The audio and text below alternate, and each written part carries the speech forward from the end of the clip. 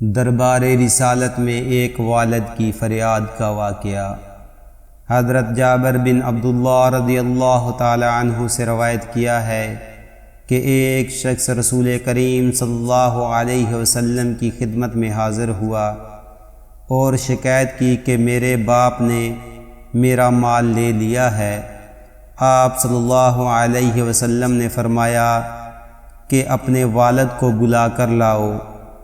اسی وقت جبرائیل امین علیہ السلام تشریف لائے اور رسول کریم صلی اللہ علیہ وسلم سے کہا کہ جب اس کا باپ آ جائے تو اس سے پوچھئے گا کہ وہ کلمات کیا ہیں جو اس نے دل میں کہے ہیں، خود اس کے کانوں نے بھی ان کو نہیں سنا۔ جب یہ شخص اپنے والد کو لے کر پہنچا تو آپ صلی اللہ علیہ وسلم نے اس کے والد سے کہا کہ کیا بات ہے؟ آپ کا بیٹا آپ کی شکایت کرتا ہے، کیا آپ چاہتے ہیں کہ اس کا مال چھین لیں؟ والد نے عرض کیا کہ آپ اسی سے یہ سوال فرمائیں کہ میں اس کی پھوپھی، خالہ یا اپنے نفس کے سوا کہاں خرچ کرتا ہوں؟ رسول اللہ صلی اللہ علیہ وسلم نے فرمایا، جس کا مطلب یہ تھا کہ پس حقیقت معلوم ہو گئی، اب اور کچھ کہنے سننے کی ضرورت نہیں۔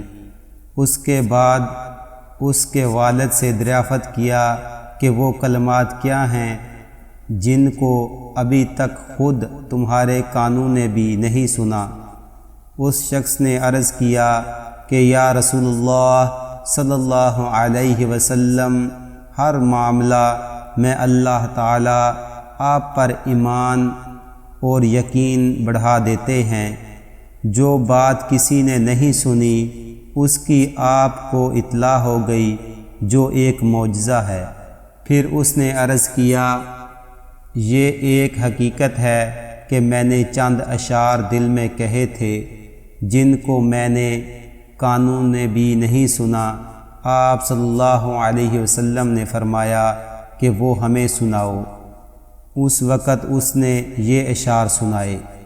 ترجمہ: میں نے تجھے بچپن میں غذا دی اور جوان ہونے کے بعد تمہاری ذمہ داری اٹھائی، تمہارا سب کھانا پینا میری ہی کمائی سے تھا۔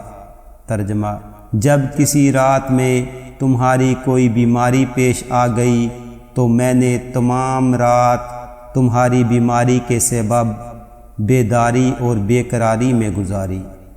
ترجمہ: گویا کہ تمہاری بیماری مجھے ہی لگی ہے، تمہیں نہیں، جس کی وجہ سے تمام شب روتا رہا۔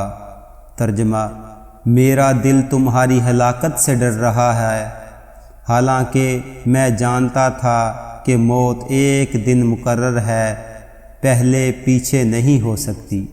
ترجمہ: پھر جب تم اس عمر اور اس حد تک پہنچ گئے جس کی میں تمنا کیا کرتا تھا۔ ترجمہ: تو تم نے میرا بدلہ سختی اور سخت کلامی بتا دیا، گویا کہ تم ہی مجھ پر احسان انعام کر رہے ہو۔ ترجمہ: کاش اگر تم سے میرے باپ ہونے کا حق ادا نہیں ہو سکتا تو کم سے کم ایسا ہی کر لیتے جیسا کہ ایک شریف پڑوسی کیا کرتا ہے۔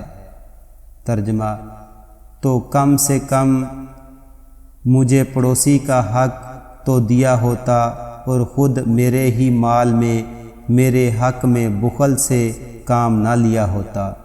رسول کریم صلی اللہ علیہ وسلم نے یہ اشعار سننے کے بعد بیٹے کا گریبان پکڑ لیا اور فرمایا، یعنی جا تو بھی اور تیرا مال بھی سب تیرے باپ کا ہے۔